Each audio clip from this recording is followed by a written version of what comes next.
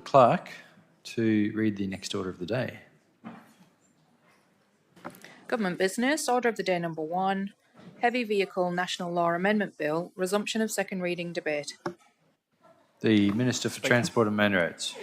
Thank you, Mr Deputy Speaker. Mr Deputy Speaker, I thank members for their contributions to the debate of the Heavy Vehicle National Law Amendment Bill 2025, and I'm pleased to see the support from members across the House for the bill and the recognition of the importance of improving road safety for all Queenslanders and for productivity in the heavy vehicle industry, including from the Labor opposition, who in a rare show of forthrightness, through the words of the member for Logan, accepted their failure to adequately maintain our road network over their decade in office. As many have recognised, a key theme of our deliberations is that without trucks, Australia stops. And make no mistake, Mr Deputy Speaker, those trucks would have stopped if Labor's neglect of Queensland roads had been allowed to continue any longer. The Chris Woolley government, by contrast, is getting on with the job of repairing and rebuilding our road network and implementing common sense measures like this bill to keep trucks moving. This bill matters not just to the industry and to business, but to every Queenslander who relies on freight for the things they need to feed their family and to keep our economy moving. During debate, a lot's been said about the duty to be fit to drive. Let me clear up any confusions. This is not about roadside officers making snap judgments based on how someone looks. It's about empowering drivers to make the right call for their own safety and for the safety of others.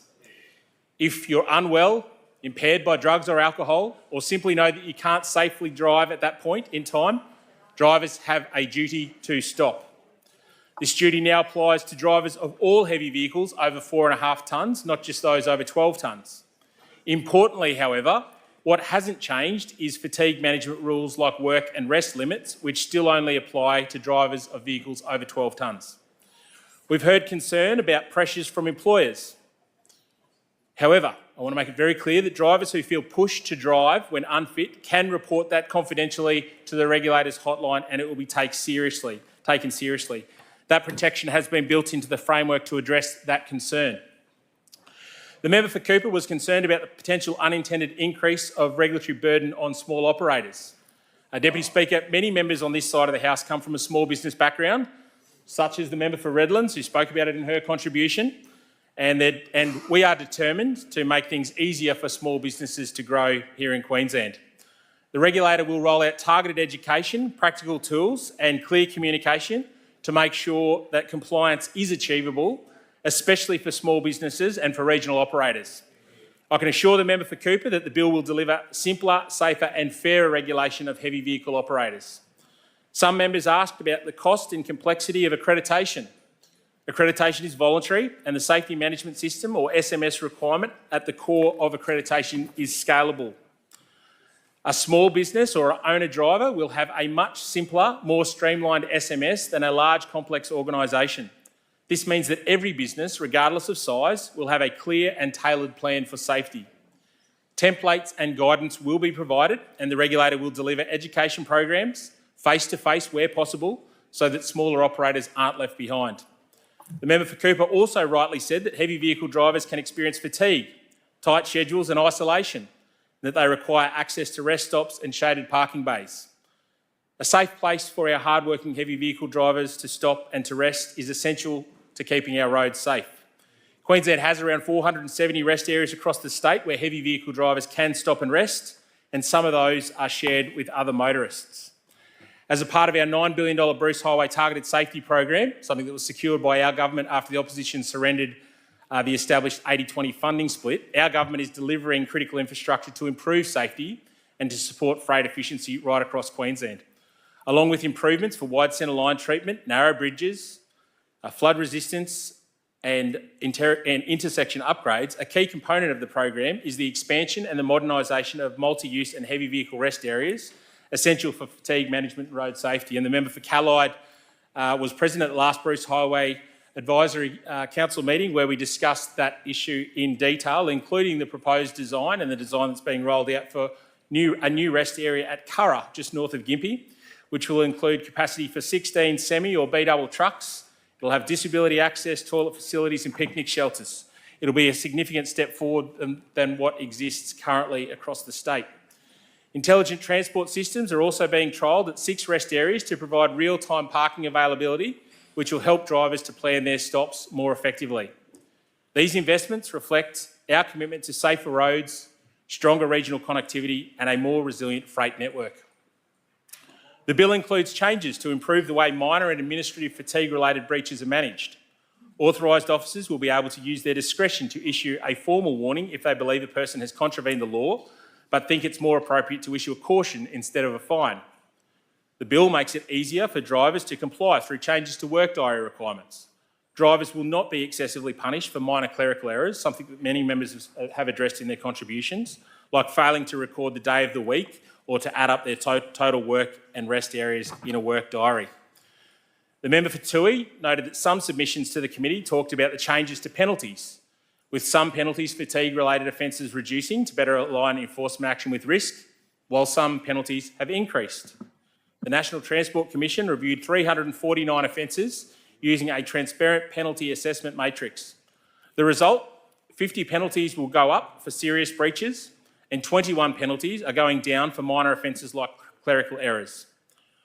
Officers will also have discretion to issue warnings instead of fine for minor errors. And that's a fairer, more practical approach which is welcomed by industry.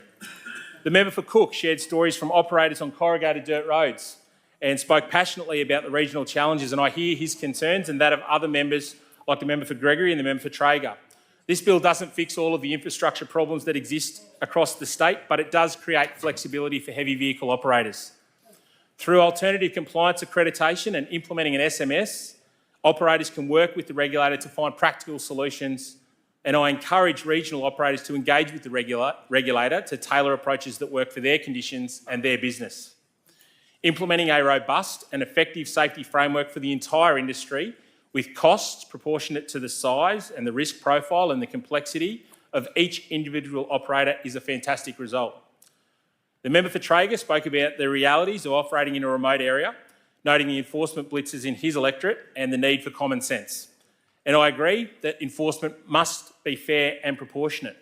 And that's why this bill gives authorised officers greater discretion to issue warnings for minor breaches and removes outdated restrictions that previously limited flexibility. The intent of these reforms is not to create fear or drive people out of the industry, quite the opposite.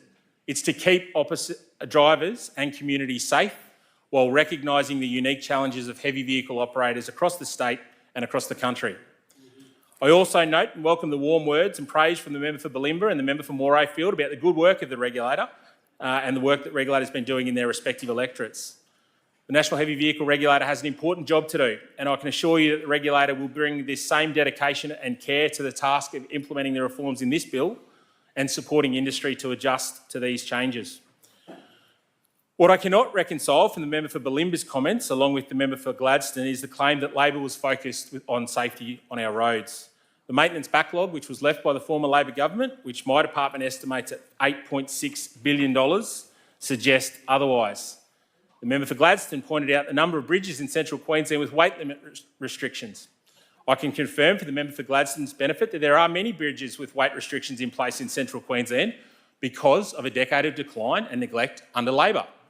Still, the member for Gladstone's contribution was more relevant than that of the member for Logan, who ignored these important reforms to the heavy vehicle national law and instead substituted policy analysis with a local grievance to deflect from his party's appalling record on delivering safe, reliable and efficient roads that truckies depend on.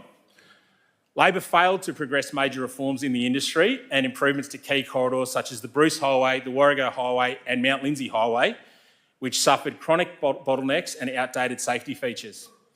With Labor, trucks would have stopped, but the Christopher Lee LNP government is riding that record through record investment in infrastructure and regulatory improvements like the Heavy Vehicle National Law Amendment Bill 2025. The regulator plays a vital role in supporting industry compliance through education and guidance. As we implement the new obligations introduced in this bill, the regulator will ensure that operators and drivers are well informed and supported in meeting their responsibilities.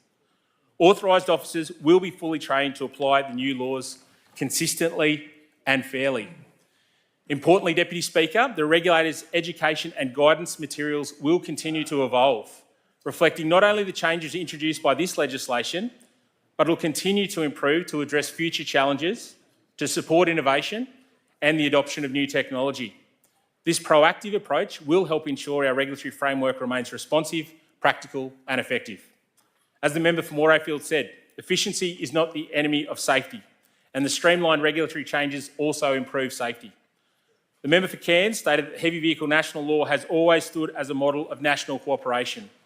And this bill is a testament to many hands working together. I'd like to thank the interstate officers, the National Transport Commission, the National Heavy Vehicle Regulator, industry partners, and the Parliamentary Committee in particular for their cooperation and their willingness to progress these reforms. As the member for Townsville pointed out, the heavy vehicle industry was an indispensable partner serving his electorate and many electorates in the north and the far north after roads were closed following wet weather events earlier in the year in the north. And that demonstrated the strong relationship between industry and government.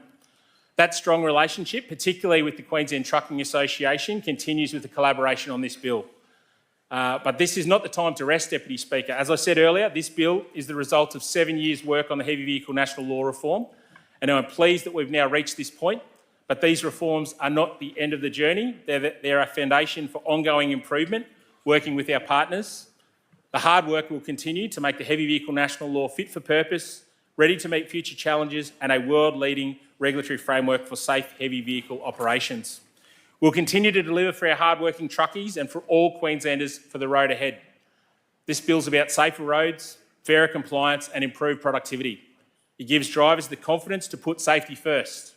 It gives operators flexibility without sacrificing standards. And it gives the regulator the tools to respond to future challenges.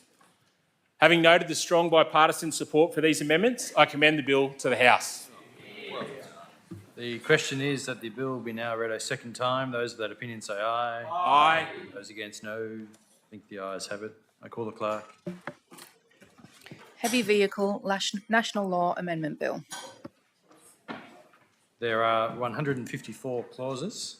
I propose to call the clauses. If any member wishes to speak to a particular clause, will they please indicate? The question is that clauses 1 to 154, as read, stand part of the bill. Those of the opinion say aye. Aye. Those against no. I think the ayes have it. I call the Minister for Transport and Main Roads. Mr Speaker, I move that the bill now be read a third time. The question is that the bill be now read a third time. Those of that opinion say aye. Aye. Those against no. I think the ayes have it. I call the clerk. Heavy Vehicle National Law Amendment Bill. I call the Minister. Mr Deputy Speaker, I move that the long title of the bill be agreed to. The question is that the long title of the bill be agreed to. Those of that opinion say aye. Aye. Those against no. I think the ayes have it.